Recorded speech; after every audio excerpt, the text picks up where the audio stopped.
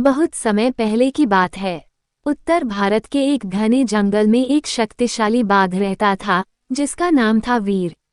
वीर न केवल जंगल का सबसे ताकतवर शिकारी था, बल्कि उसका स्वभाव भी बहुत गंभीर और शांत था। वह बिना वजह किसी को नुकसान नहीं पहुंचाता था। सभी जानवर उसे आदर और डर दोनों की नज़र से देखते थे। वीर का क्षेत्र जंगल के सबसे गहरे हिस्से में फैला हुआ था, जहां ऊंचे पेड़, ठंडी नदियां और छायादार गुफाएं थीं। पर वीर के जीवन में एक कमी थी, वह अकेला था।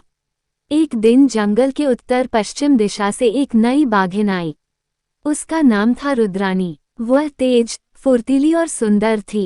रुद्रानी ने वीर के इलाके में आकर बसने की कोशिश की, लेकिन जंगल के नियमों के अनुसार एक ही क्षेत्र में दो बाघ नहीं रह सकते थे। वीर ने उसे चेतावनी दी। यह मेरा क्षेत्र है। रुद्रानी ने मुस्कराकर जवाब दिया, मैं लड़ाई नहीं चाहती, सिर्फ एक सुरक्षित जगह चाहती हूँ। अगर तुम इजाजत दो तो मैं गुफा की दूसरी ओर रह सकती हूँ। वीर उसकी आंखों में सच्चाई और साहस देख पाया। उसने सिर हिलाया और पहली बार किसी ने उसके दिल को छुआ। समय बीतने लगा। वीर और रुद्रानी के बीच धीरे धीरे दोस्ती हो गई।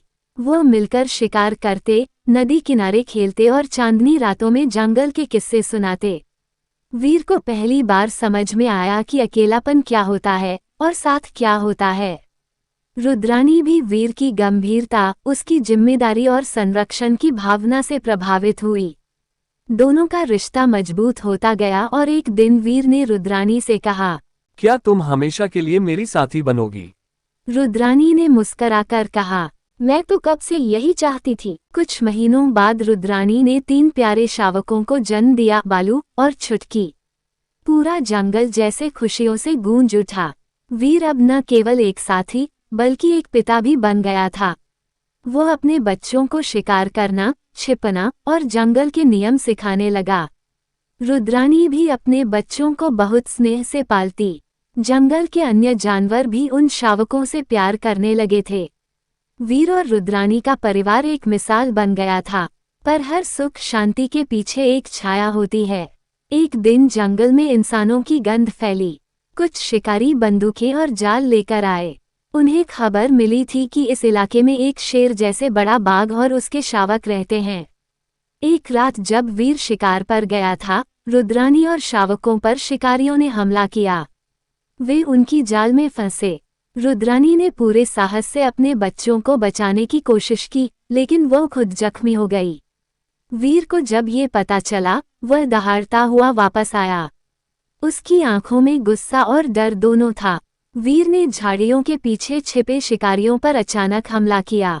उसकी ताकत और क्रोध से 3 शिकारी वहीं मारे गए, लेकिन चौथे शिकारी ने बंदूक चला दी।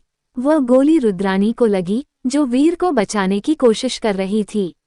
वीर ने उस शिकारी को भी मार गिराया, लेकिन रुद्रानी की हालत बहुत गंभीर थी। बच्चों को उसने सुरक्षित निकाल लिया था, पर खुद जिंदगी की डोर छोड़ रही थी।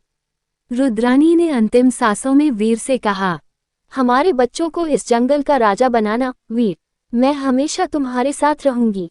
वीर की दहाड़ उस रात पूरे जंगल में गूंज उठी। वह रुद्रानी के शरीर को एक ऊंचे पहाड़ की चोटी पर ले गया, जहां से दोनों अक्सर सूर्योदय देखा करते थे। उसने वहीं रुद्रानी को अंतिम विदाई दी। अब वीर अकेला तो था, लेकिन उसके पास रुद्रानी की यादें और 2 प्यारे शावक थे। उसने बच्चों को अपने जीवन का उद्देश्य बना लिया। वो उन्हें न केवल ताकतवर बल्कि न्यायप्रिय बनाना चाहता था। धीरे धीरे बालू और छुटकी बड़े होने लगे। कुछ वर्षों बाद जंगल में एक नया राजा घोषित हुआ, वीर का बड़ा बेटा बालू। वो वीर की तरह ताकतवर और रुद्रानी की तरह दयालु था। जंगल फिर से सुरक्षित हो गया। वीर अब बूढ़ा हो चुका था। वो गुफा में बैठकर शावकों की कहानियां सुनता, रुद्रानी की यादों में खोया रहता। और एक दिन चुपचाप वीर ने भी अपनी आंखें बंद कर ली रुद्रानी से मिलने के लिए। बालू अब जंगल का नया राजा बन चुका था और उसने झरनों वाले इलाके की देखभाल संभाली थी, और छुटकी पूरे जंगल की सबसे चतुर बाघिन बन गई थी।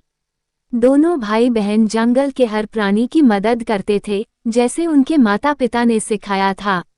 बालू ने अपने पिता वीर के लिए जंगल के बीचों बीच एक ऊंचे टीले पर वीर स्मारक बनवाया। वहां एक बड़ा पेड़ था जिसके नीचे पत्थर पर खुदे थे शब्द, जिसने अकेले से परिवार बनाया और परिवार से जंगल। हर पूर्णिमा की रात छुटकी अपने भाई बालू के साथ उस स्थान पर बैठती जहां उसके माँ और पिता अक्सर बैठा करते और रुद्रानी की कहानी सुनाती। कैसे उसने बच्चों के लिए अपना प्राण दिया, कैसे वीर ने पूरे जंगल को अपनी ताकत से बचाया।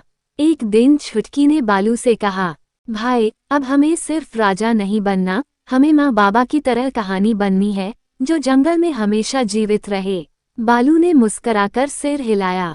चांदनी रात थी, जंगल शांत था। स्मारक के पास बैठे दोनों शावक अब युवा हो चुके थे।